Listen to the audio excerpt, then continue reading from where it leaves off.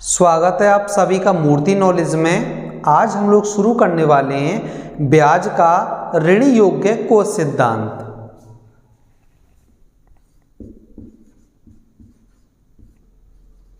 ब्याज का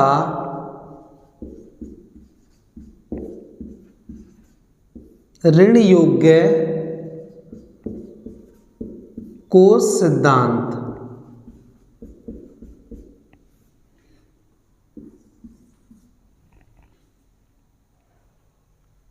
इस सिद्धांत में वास्तविक और मौद्रिक तत्व दोनों को ही शामिल किया गया है।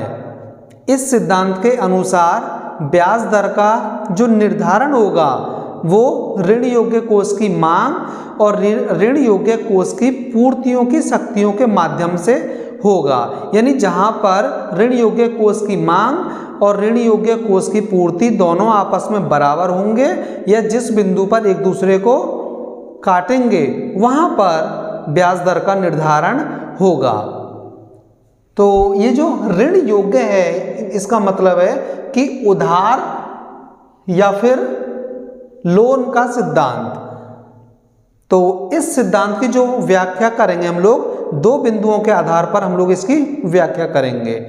पहला ऋण योग्य कोष की पूर्ति और दूसरा ऋण योग्य कोष की मांग।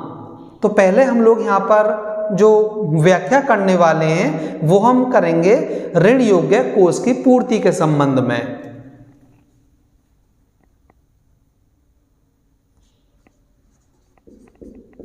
ऋण योग्य कोष की पूर्ति,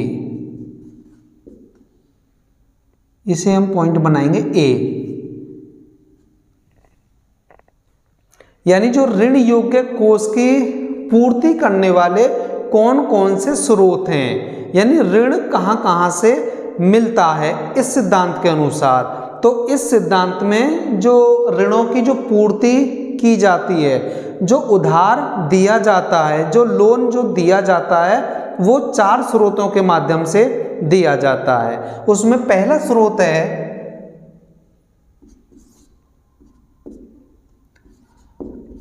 उसमें बचत, जिसे इस सिद्धांत में ऐसे प्रदर्शित करते हैं यानी सेविंग।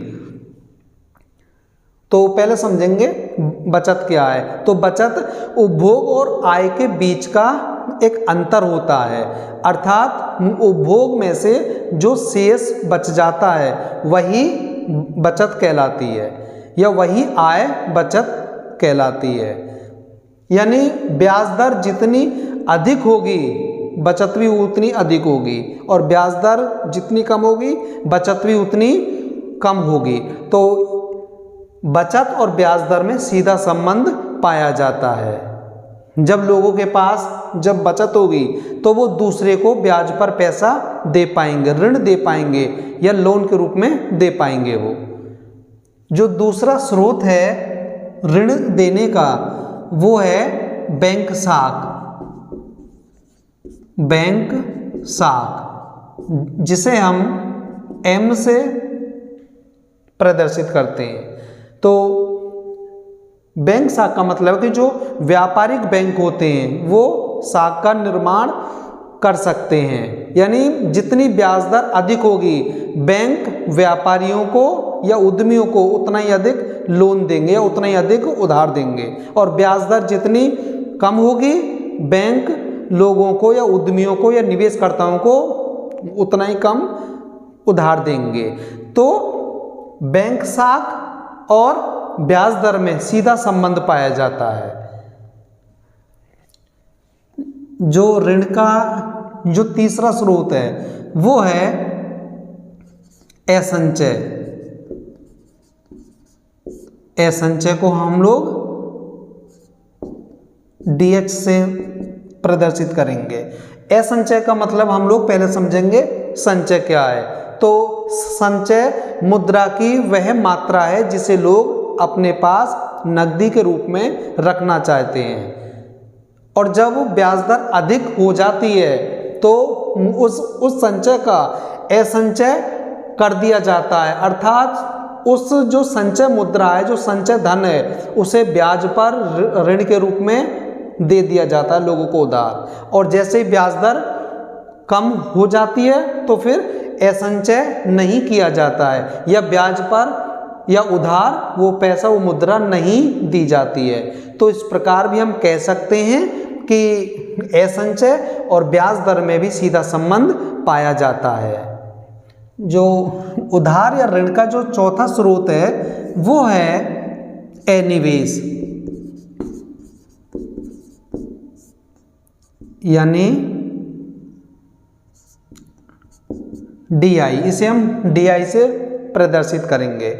तो अनिवेश से मतलब ये बिल्कुल नहीं है कि किसी निवेशकर्ता द्वारा या किसी उद्यमी द्वारा चलते हुए उद्योग को बंद कर दिया जाए, बल्कि इस अनिवेश से आशय औद्योगिक जगत की उस स्थिति से लगाया जाता है कि जब औद्योगिक जगत में नवीन तकनीक के आ जाने से जो पहले उद्योग चल रहे हैं वो मशीनें पुरानी हो जाती हैं और लाभ की दर भी फिर घटने लगती है, और जो उद्यमी है वो फिर उस तकनीक को अपनाता नहीं है, या अपने उद्योग को या जो कारखाना चल रहा है उसे वर्तमान रूप फिर नहीं दे पाता है, या उस नवीन तकनीक को नहीं अपनाता है। और फिर होता क्या है कि वो उस उद्योग को बेचकर या कारखाने को बेचकर जो पूंजी या जो धन ब्याज पर लिया है उसका भुगतान कर देता है। तो इस स्थिति को हम अनिवेश कह सकते हैं, और ये ब्याज और अनिवेश में सीधा संबंध पाया जाता है। तो ये चार स्रोतों के माध्यम से ऋणों की पूर्ति या उधार की पूर्ति की जाती है। अब हम बात करेंगे ऋण योग्य कोष की मांग के बारे में। पॉइंट इसे बनाएंगे हम लोग बी, ऋण योग्य कोष की मांग। जो ऋण योग्य कोष की जो मांग की जाती है, जो उधार जो लिए जाते हैं, ऋण जो लिए जाते हैं, लोन जो लिए जाते हैं, उसके तीन कारण इस सिद्धांत में बताए गए हैं। पहला है, जो इस सिद्धांत में जो पहला कारण बताया गया है वो है निवेश। निवेश यानी जो निवेश करता है, जो उद्यमी हैं, वो निवेश के लिए धन उधार लेते हैं या मुद्रा उधार लेते हैं ताकि कोई उद्योग धंधा या कोई कारखाना स्थापित कर अधिक से अधिक लाभ प्राप्त किया जा सके। क्योंकि जो पूंजी होती है वो उत्पादक होती है, पूंजी में उत्पादकता का गुण पाया जाता है, इसलिए वो निवेश करते हैं ताकि और अधिक पूंजी का उत्पादन किया जा सके। लेकिन जब ब्याज अधिक होती है तो निवेश कम लिया जाता है, यानी उधार कम लिया जाता है, और जैसे ही ब्याज दर घटने लगती है तो उधार ज़्यादा लिया जाता है निवेश के लिए। तो निवेश और ब्याज दर में विपरीत संबंध पाया जाता है। दूसरा है, इसे हम आई से प्रदर्शित करेंगे, और दूसरा है उपभोग, इसे हम सी से प्रदर्शित करते हैं। तो जो लोग फिजूल खर्ची के आदी होते हैं और उनकी आय, उनकी जो आवश्यकताएं हैं वो अपनी आय से पूरी नहीं हो पाती हैं, तो होता क्या है, वो लोग अपनी आवश्यकताओं को पूरा करने के लिए, अपनी फिजूल खर्ची की आदत को पूरा करने के लिए वो उधार लेने लगते हैं। और जब ब्याज दर अधिक होती है तो उपभोग के लिए फिर उधार भी कम मात्रा में लिया जाता है, और जब ब्याज दर कम होती है तो उपभोग के लिए धन अधिक मात्रा में उधार लिया जाता है। इस प्रकार ब्याज दर और उपभोग में विपरीत संबंध पाया जाता है। और जो तीसरा कारण है उधार लेने का वो है संचय। संचय यानी एच, होर्डिंग। तो कुछ लोगों को धन इकट्ठा करने की, मुद्रा इकट्ठा करने की आदत होती है, और इसके कई सारे कारण हो सकते हैं। तो जब ब्याज दर अधिक होती है तो वो लोग धन इकट्ठा करने के लिए कम उधार लेते हैं, और जैसे ही ब्याज दर घटने लगती है तो वो धन इकट्ठा करने के लिए अधिक धन उधार ले लेते हैं। तो इस प्रकार संचय और ब्याज दर में विपरीत संबंध देखने को मिलता है। तो इसे, ये जो ऋण योग्य कोष की जो पूर्ति है, इसे हम लोग एसएल से प्रदर्शित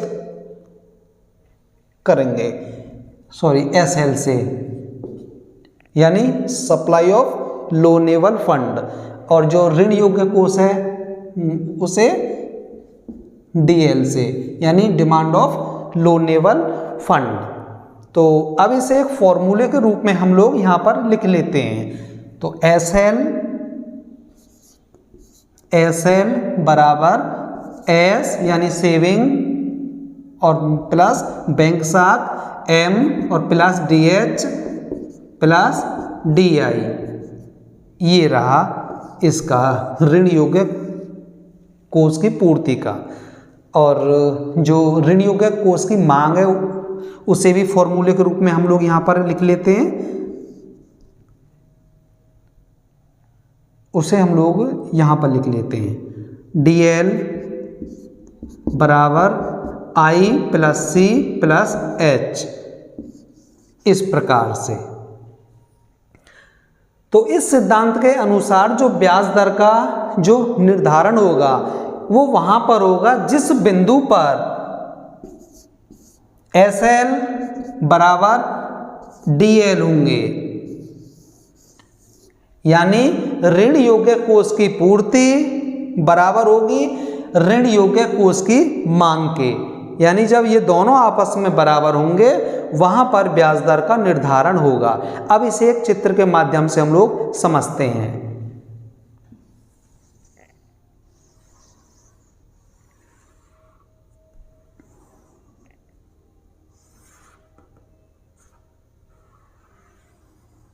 इस प्रकार से ये रहा एक्स अक्ष, मूल बिंदु O, और ये वाई अक्ष, यहाँ पर दिखाएंगे हम लोग ब्याज को, और ये रहा ऋण योग्य कोष।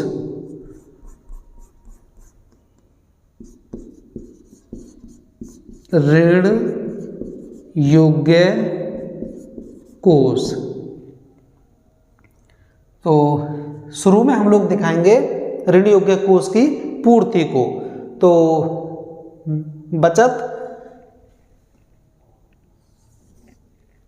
एस, फिर बैंक साख एम,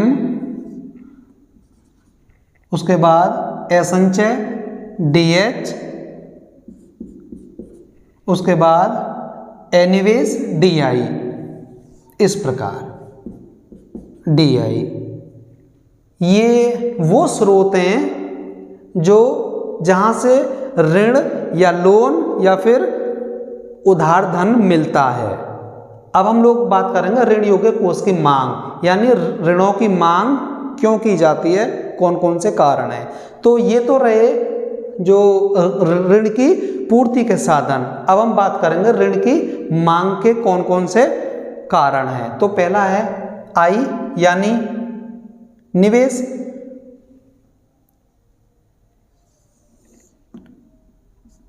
आई, दूसरा है सी यानी उपभोग, और तीसरा है एच यानी संचय। इस प्रकार से अब क्या होगा, जिस बिंदु पर ये एसएल और डीएल दोनों बराबर होंगे उस बिंदु पर ब्याज दर का निर्धारण होगा।